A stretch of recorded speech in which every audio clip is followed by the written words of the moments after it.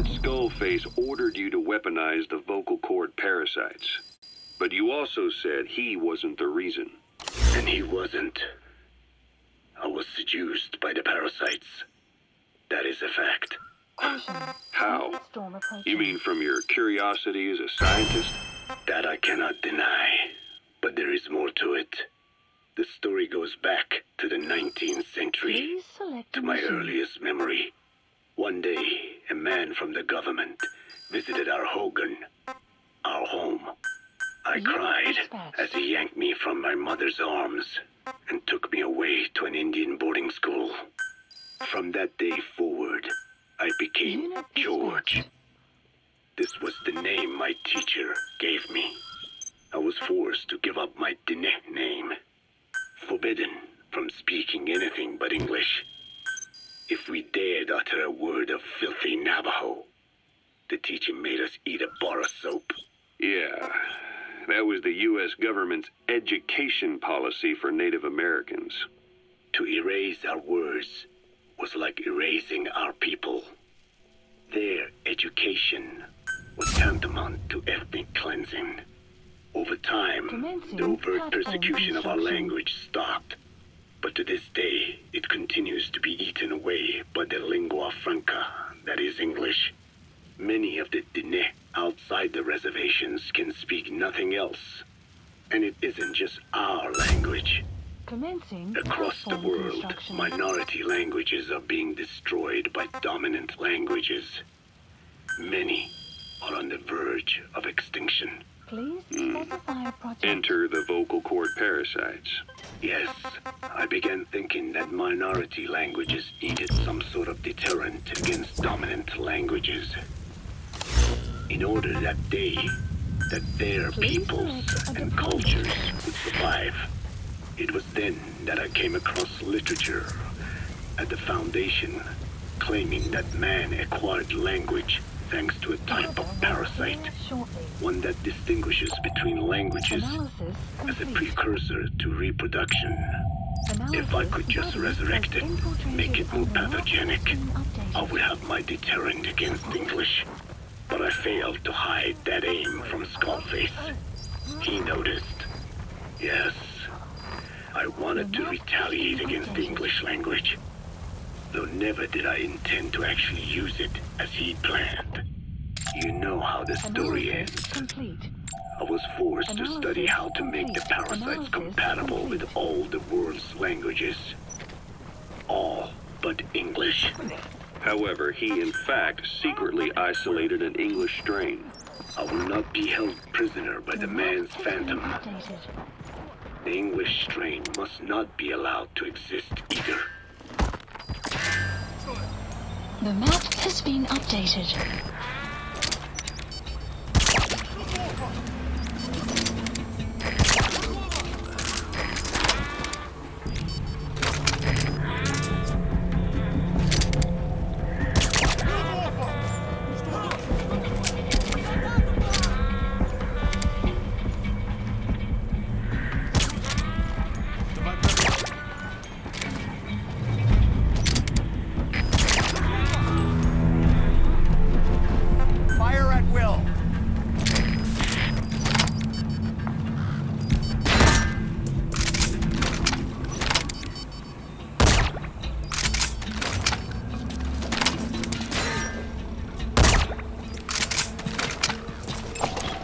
Analysis complete. Marker placed.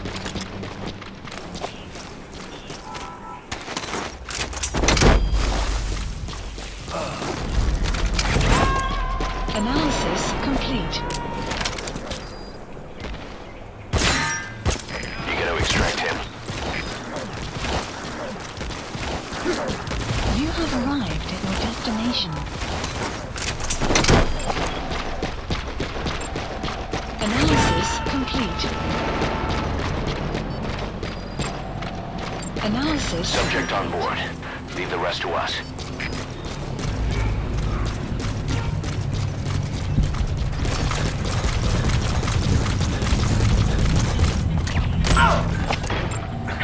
Analysis complete. Понял?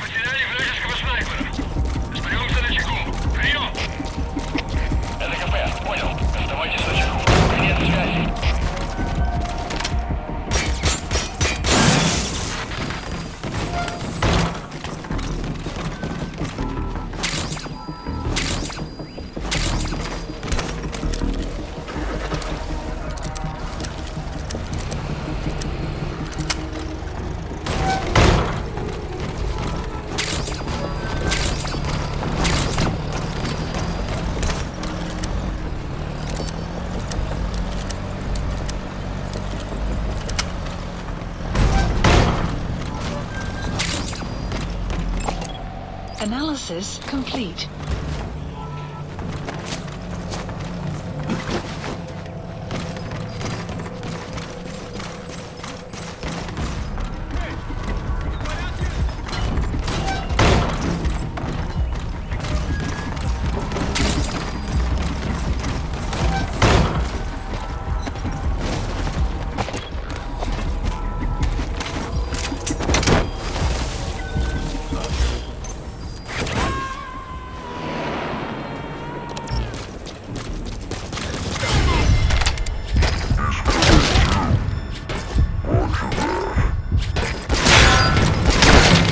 Captured.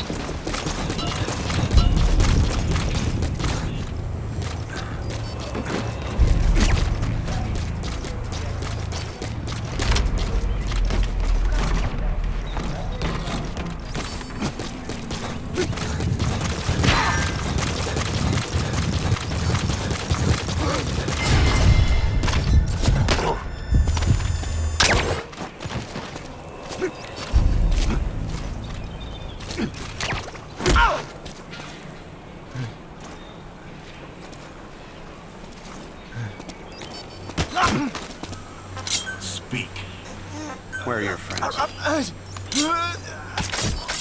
The map has been updated.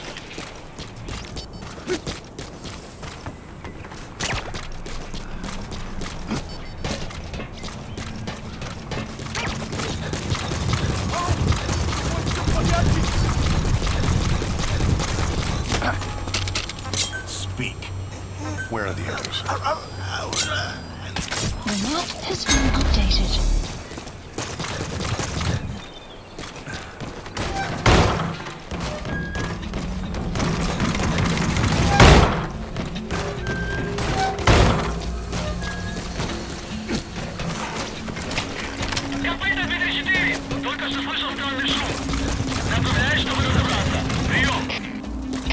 Это КП, понял. Будь осторожен. Конец связи.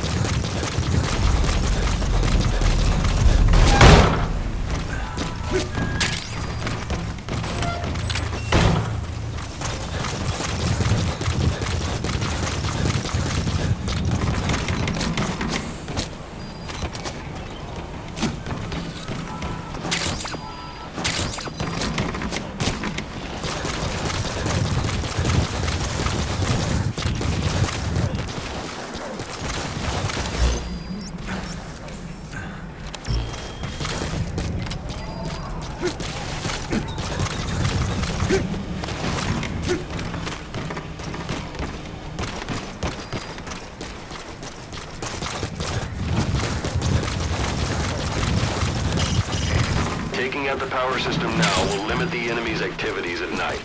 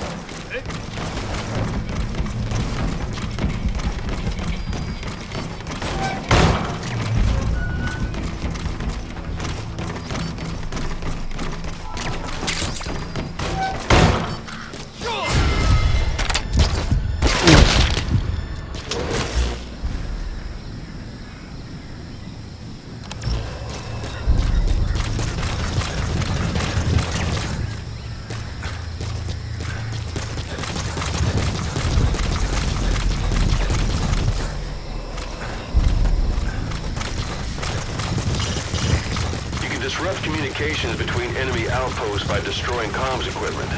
That'll prevent one post from sending reinforcements to another. Marker removed.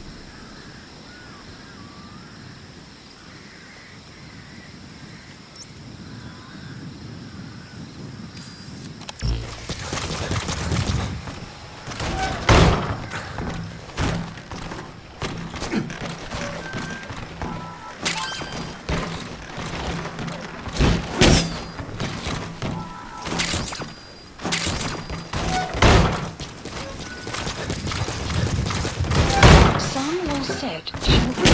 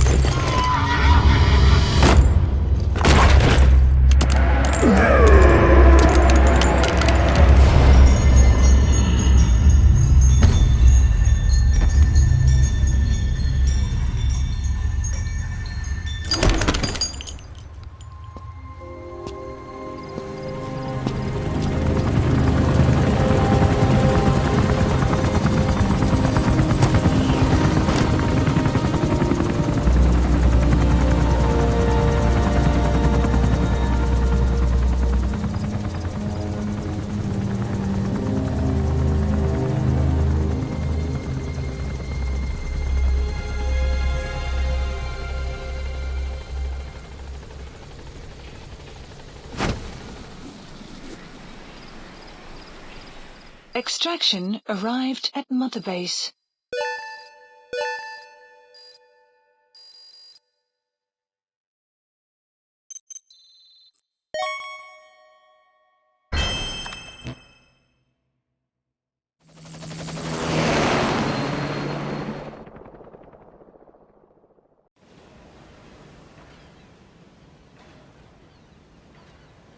I barely recognize you, Colonel. Skullface used your thirst for revenge against Big Boss, did he?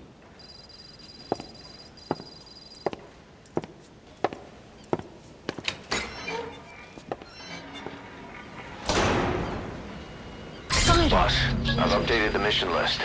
We've received some new job offers. The details are on your iDroid.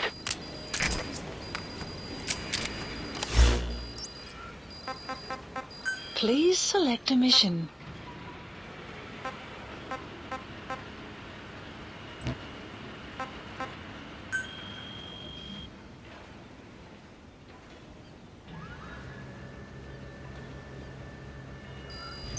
Please select a mission.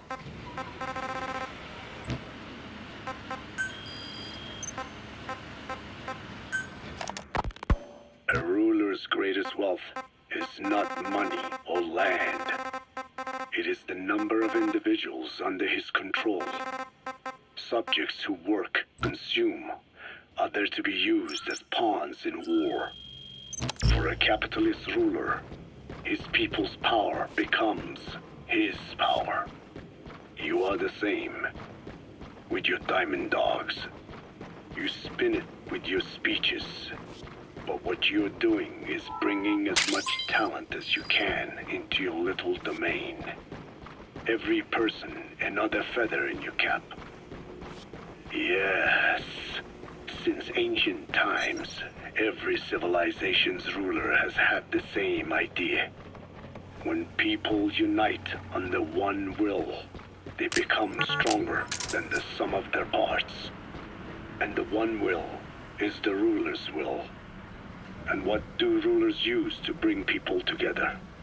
Language.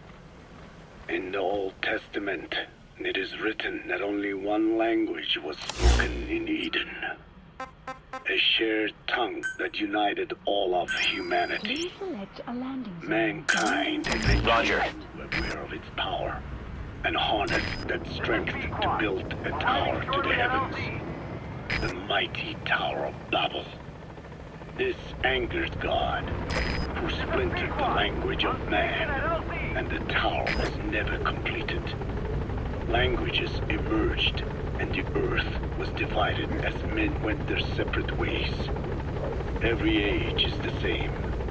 A ruler's first order of business, after conquering new land, is to force his tongue on its people.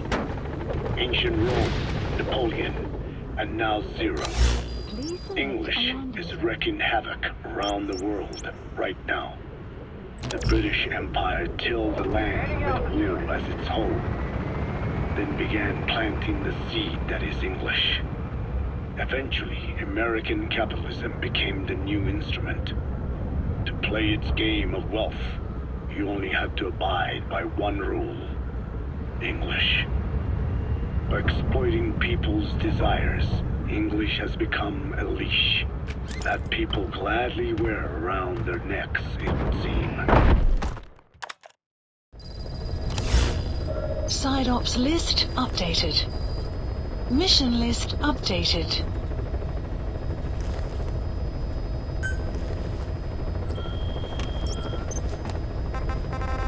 Please select a landing zone.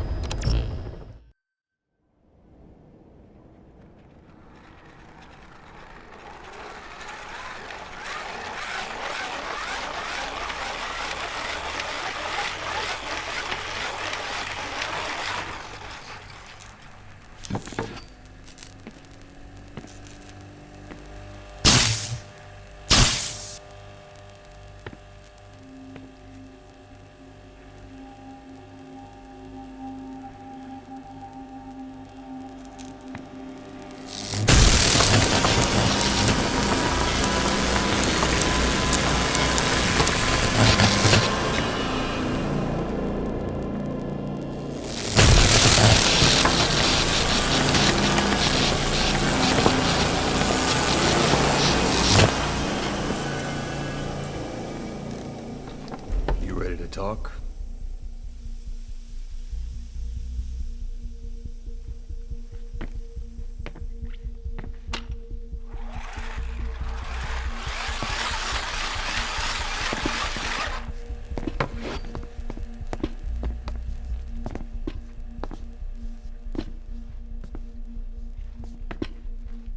Anything?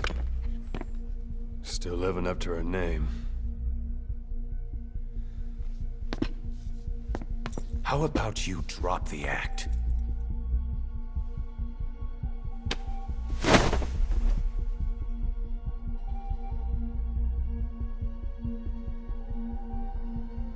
Who infected you with a parasite? We can't let her talk. Put it back. All I want's a name. That won't trigger anything. Tell me. Tell me!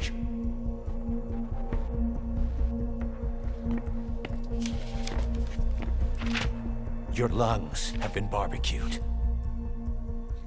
There's traces of rubbing alcohol in your alveoli.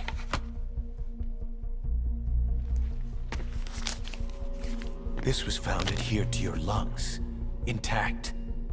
A petal. White Star of Bethlehem. The hospital.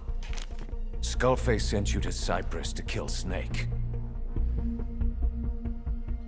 You were burned inside and out. That should have been the end of it. But, all things considered, you look pretty damn healthy to me. We have Skullface to thank for that, right? I was the only one capable of applying them to parasite therapy. Until he stole them from me. Why are you here? Did Skullface send you? Or did you have your own score to settle with the boss?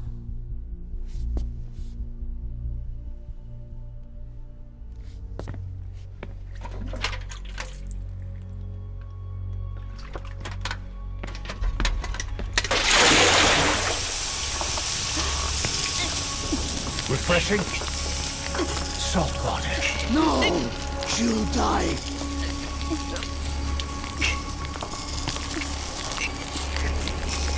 His life isn't yours to take. Enough. That's enough.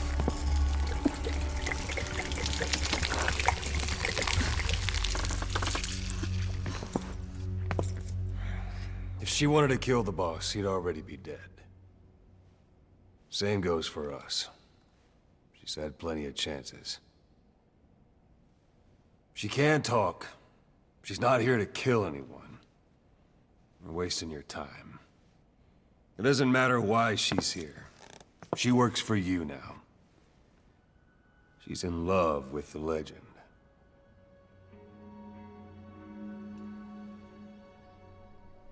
What makes you so sure? I was the same way once. What if she's a spy? What if I'm a spy? For you? Go on all day.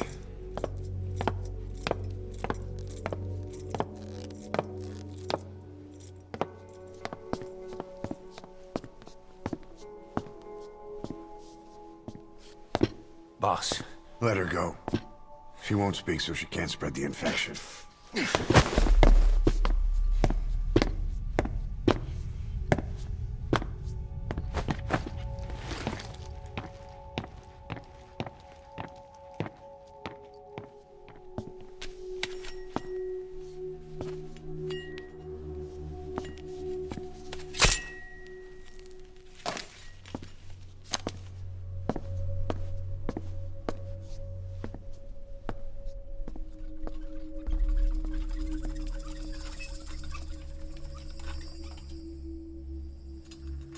Nabegetten Tisch?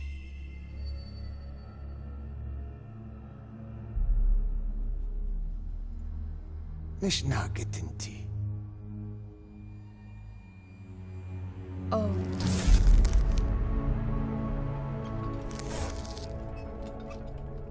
إيديكي بلاك آنات إيه.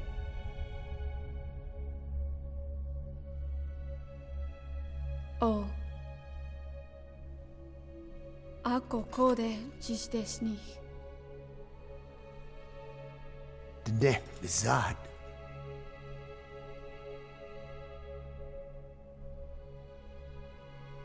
Belagana gesnita. Tatobe yasteta. Asetota. Dodoにした。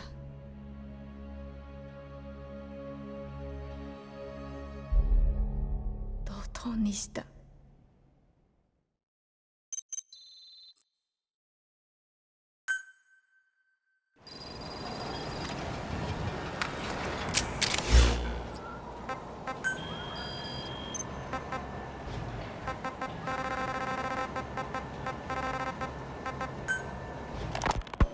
Volgan, the GRU colonel, was burned alive with a shagohod during Operation Snake Eater 20 years ago. Despite suffering severe burns to his entire body, he still clung to life. After you left Seleniarsk, Volgan's body was taken to a research institute in the outskirts of Moscow, but modern medicine couldn't explain why he was still alive.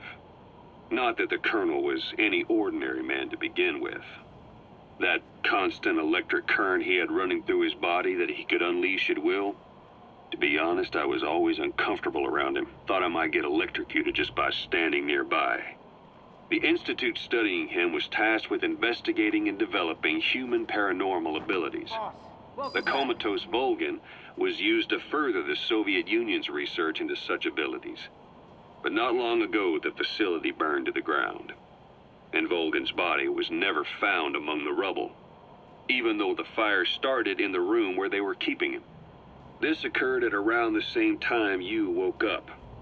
If Skullface was right, and a thirst for revenge can turn a man into a demon and keep the dead alive, then this man on fire who's been coming after us ever since you woke up, well, that just might be what's left of our old friend Volgan. It's not over yet. Back in '64, in Seleniarsk, you brought his plans for a utopia down in flames. That grudge is what's keeping him alive. The day the research facility holding Volgan burned down, a Soviet jumbo passenger jet happened to crash nearby, far away to the north of that hospital in Cyprus. On board the plane was a young boy who was being studied at the same facility. The plane fell to earth from over 8,000 feet, but the boy's body was the only one not recovered. At almost exactly the same time as the crash, Volgan awoke in that facility. According to the Research Institute's documents, the gifts this boy demonstrated included psychokinesis and telepathy. To protect his mind from being inundated with other people's thoughts, he always wore a kind of gas mask. A rudimentary form of psychic insulation, apparently. We don't know where this boy is, but if Skullface is connected to him, we may cross paths with him yet. This boy is part of a new age where nothing we understand about the world makes sense anymore. Don't let your guard down. So what were they doing at Nzoya Badia, Baloo? That facility with all the people laid out in rows? The abandoned factory Shabani was held in. It is precisely as you guessed. Black Anna was coding languages into the vocal cord parasites. They infected the subjects with the parasites, then made an incision in the throat to expose the vocal cords. That allowed them to play recordings of a desired language directly to the parasites. And the parasites learned the languages that way. That's some teaching method. I just don't get how a bunch of bugs had the brain power for it. They don't.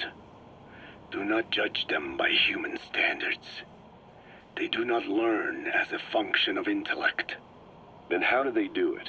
What language the parasites react to is coded into their genes. You could expose the Japanese strain to English for years, and it would never learn the language and react to it. The pronunciation, rhythm, and structure are different. But what about, say, Spanish and Portuguese? Linguistically, the two are very close. Yeah, they're both Ibero-Romance languages. Even so, a Spanish language mating pair exposed to Portuguese will not copulate. Only when they hear Spanish. Only then. And the majority of their offspring will be the same. So it's a literal case of a mother tongue. But if that's so, I don't see how the different strains can be created in the first place. Well, among the many thousands of offspring, there may be just a few that react to Portuguese. You're talking about mutations. Correct. Playing the tapes helps to identify the mutant strains. Those specimens are then isolated and bred with one another. From their children, specimens that react more strongly to Portuguese can again be selected and bred. Repeating this process creates a strain that reacts solely to Portuguese and never to Spanish. Mutation and selection. No different to breeding roses. So you kept increasing the change over the generations, adapting them to languages from all over the world. Must have taken a hell of a lot of patience. More like patience. Just how many died for this? There's something I still don't get. In order to tell which larvae will react to Portuguese, you'd have to let them develop and then see which copulate. That means you'd need tens of thousands of guinea pigs. There's no way you could do that in a facility that small. For normal selective breeding methods, you would be right. But there is a more effective selection method when training the vocal cord parasites. Go on. It is not only when mating that the parasites listen for language. Caution, heavy Shortly mist before anticipated. hatching, larvae display markedly increased activity in reaction to particular language. The active eggs can be identified under a black light, so the eggs that react to Portuguese are selectively placed in the throats of subjects. So you see, narrowing down strains that react to the target language is an effective process. Though I'm sure that even so, many lost their lives to create the various strains. Taken against their will into that dungeon. There are two reasons for playing the tapes for the parasites. One, to isolate the eggs that respond to the target language. And two, to cause the specimens raised from the selected eggs to mate. I get how the system works. But why do they respond to language before they even hatch? It's not like they can mate from inside an egg. It is because the larvae learn the language before hatching. You mentioned that what language the parasites respond to is hard-coded into their genes, and that they don't have the brain power to actually learn a language. But then you say that the larvae at Nzoia Badia Bulu were learning the languages in the egg. Your story doesn't add up. Your country is home to a unique songbird. The Japanese bush warbler. Sure, what of it? Please What a select beautiful mission. call it has. But no bush warbler can sing it perfectly at the start. As chicks, they can barely chirp at all. They must learn from their parents and other adult birds. Only then can they sing properly Unit and dispatched. attract females. So naturally, there are individual differences in each bird's call. Weather will Though they clear start on shortly. the same footing, each bird is influenced by its teachers. And the parasites are the same? Like the birds, the parasites have a genetic predisposition towards a particular language. But while in the egg, the larvae's ears are tweaked by listening to the voice of the host. This tweaking ensures that the grown parasites will react better to the host's speech pattern. Why would they have an ability like that? Well, there are distinct regional differences within even the same language. Rare is the language that has no unique dialects. Yes, learning the host's speech pattern before hatching attunes the larvae to whatever twist of pronunciation it will encounter. This adaptive ability is what makes them so formidable. I see. So a language requires selective breeding, but the parasites can learn dialects by themselves. Of course, having the egg-stage larvae listen to the tapes in the factory was not meant to teach them. It was more important to use that trait of theirs to identify the mutated strains. As I mentioned earlier, is that really accurate enough to use as a weapon? You could wipe out a neighboring ethnic group by accident if their pronunciation is too close. Please What you select a say is mission. true. In that sense, they are imperfect as ethnic cleansers. But for his purposes, they are good enough. His objective was not to exterminate any one ethnic group, but to render the world's lingua franca, English, inert. Unit dispatched. I have spoken enough. Your men can take it from here. Will you permit me to rest? Have something to eat? I thought you don't eat. I can subsist without food. But there is more to the act of eating than nourishment. We receive nature's blessings, and we affirm our part in it. And in doing so, we express our gratitude. Sorry, it's, hearing you say you don't need to eat and that you're part of nature in the same breath. Anyway, what can we get you? Not exactly a 5-star restaurant, but the kitchen's used to serving a lot of different appetites. Hamburgers. Hamburgers? Even we, Dinne, have become Americanized. I eat them often back home. And you just can't let them go.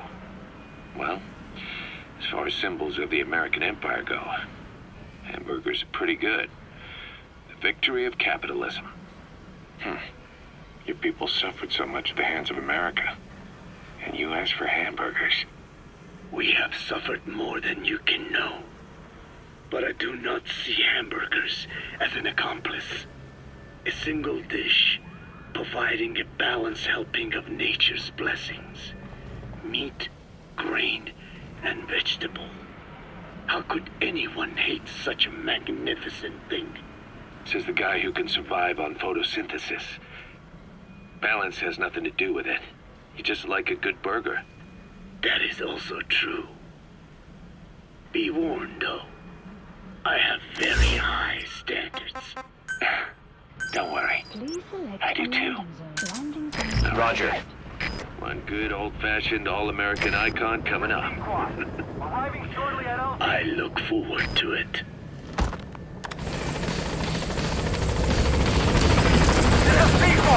On station at